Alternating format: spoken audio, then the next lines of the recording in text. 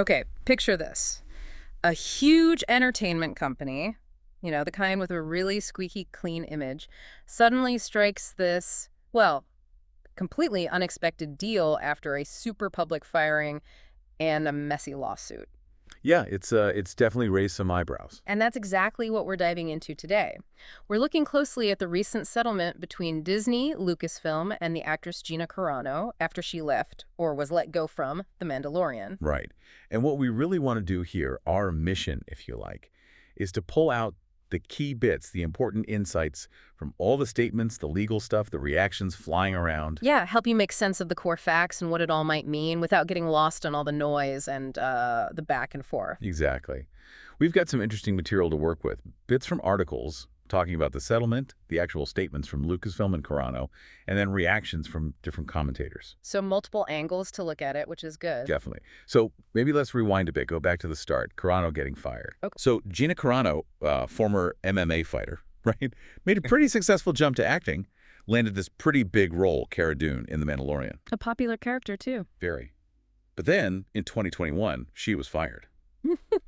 And the reason given involved some, let's say, controversial social media posts. All right, what were the specifics there? The sources we looked at mentioned one post in particular. Yeah, the one comparing being a Republican today to being Jewish during World War II. That was a major flashpoint. It was more. Wasn't there something about pronouns? Yes.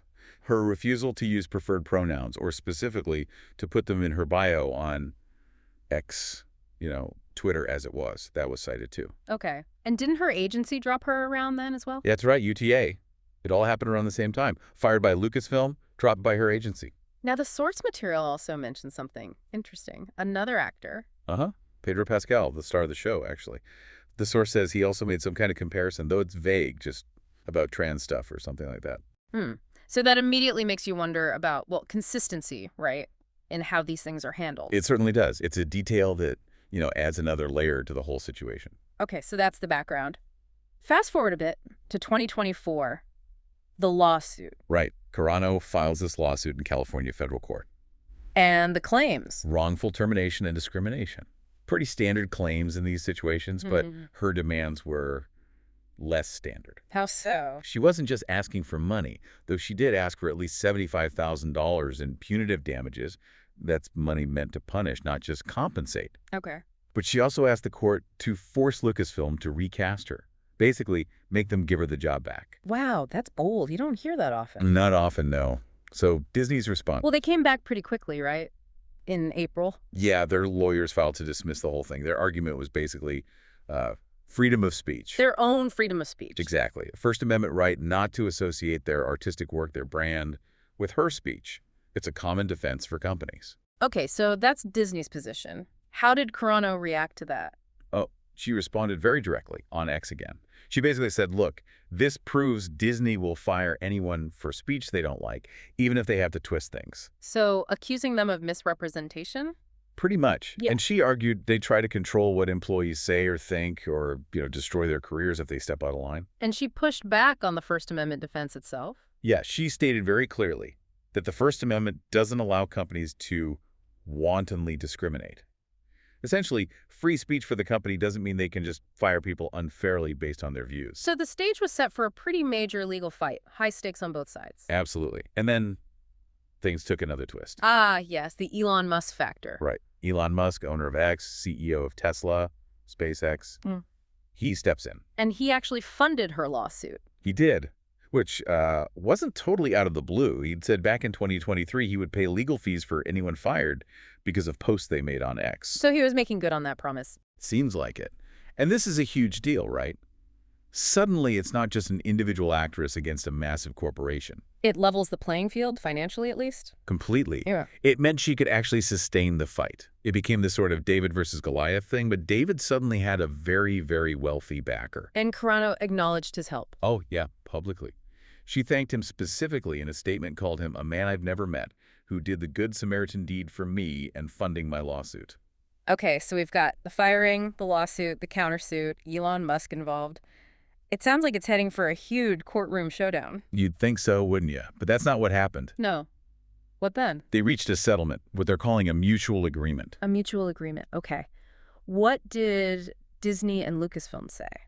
Their official statement said they were pleased to announce that we have reached an agreement with Gina Carano to resolve the issues in her pending lawsuit. Pleased. Interesting choice of word. Isn't it?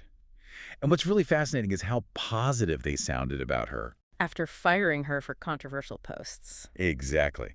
They said, Ms. Carano was always well respected by her directors, co-stars, staff, and she worked hard to perfect her craft while treating her colleagues with kindness and respect. That is quite a turnaround. It really is. But the kicker, the part that really made everyone sit up, was the last bit. Go on. They said, with this lawsuit concluded, we look forward to identifying opportunities to work with Ms. Carano again in the near future. Wait, what? Work with her again after all this? That's what they said, identifying opportunities in the near future. That seems hugely significant. What does that even mean in practice? A settlement is one thing, but suggesting future work. Well, that's the million-dollar question, isn't it? A mutual agreement usually means both sides get something, and crucially, they avoid a public court battle, which can be unpredictable and damaging. So Disney gets to control the ending, avoids a potentially messy trial. That's likely part of it, yeah. They frame the outcome rather than having a judge rule. But that future work comment is unusual. Okay, so what about Carano's reaction? What does she say? She posted on X, starting with, "The truth shall set you free." Okay. And she called the settlement the best outcome for all parties involved. She also expressed hope it brings some healing to the Force. A nice little Star Wars reference there. Hey, yeah.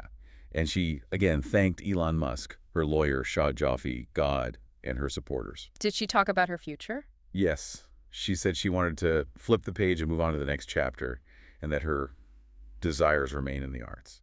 So definitely wants to keep working. Right. So we have these statements, this mutual agreement, this talk of future work. How are people interpreting all this? What's the immediate reaction? Well, the source material we looked at suggests one immediate take was that this seems like a total and complete defeat of Disney. A defeat because they settled or because of the language? Probably a combination, but especially that language about identifying opportunities to work together. People are speculating heavily about that. Like what kind of speculation? That it means she's likely coming back, either to the Mandalorian or maybe that spin-off show she was supposed to get, Rangers of the New Republic. Remember that? Vaguely, yeah. It seemed to disappear after she was fired. So people think she might actually get rehired for her Cara Dune character. That's the speculation, yeah. That Disney might actually bring her back. Wow. Okay. But surely not everyone sees it that way. Are there other reactions? Oh, definitely. It's pretty divided. Yeah. Some people we saw quoted actually wished the case hadn't settled. Oh, yeah. They wanted to go through the courts to get a clear ruling, a precedent-setting judgment, maybe on the whole issue of companies firing people for speech. Ah, okay. To clarify the legal lines? Exactly. But then you have others who are just really happy for Carano personally. They see it as a win for her. And what about the idea of her actually going back to Disney? Is everyone on board with that? No, there's debate there too. Some commentators are saying, don't do it, don't go back, while others are urging her, like, go back to Disney, make them pay you. Seeing it as a way to stick it to them, maybe? Yeah, sort of, yeah. There's this idea that Disney was humiliated by having to settle and make these positive statements. And there's the fan factor too, right? You said she was popular. Very much so. The sources note she was a fan favorite and suggest her return could bring in massive initial viewership for whatever project it might be. Okay, and we should also mention the source material flags a specific viewpoint framing this outcome. How did it put it? Yeah. It mentioned commentary celebrating this as yet another W against the woke mind virus. Right. So important to note that perspective is out there, expressed in the commentary around this settlement, even if we're just reporting on it. Absolutely. It shows how this case is seen through different, often very polarized lenses. So wrapping this up then, what we've really unpacked is this resolution to a very public, very heated legal fight.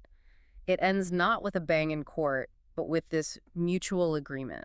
Yeah, an agreement that's left a lot of people surprised, especially with a hint of future collaboration between a studio and an actress they fired just a few years ago.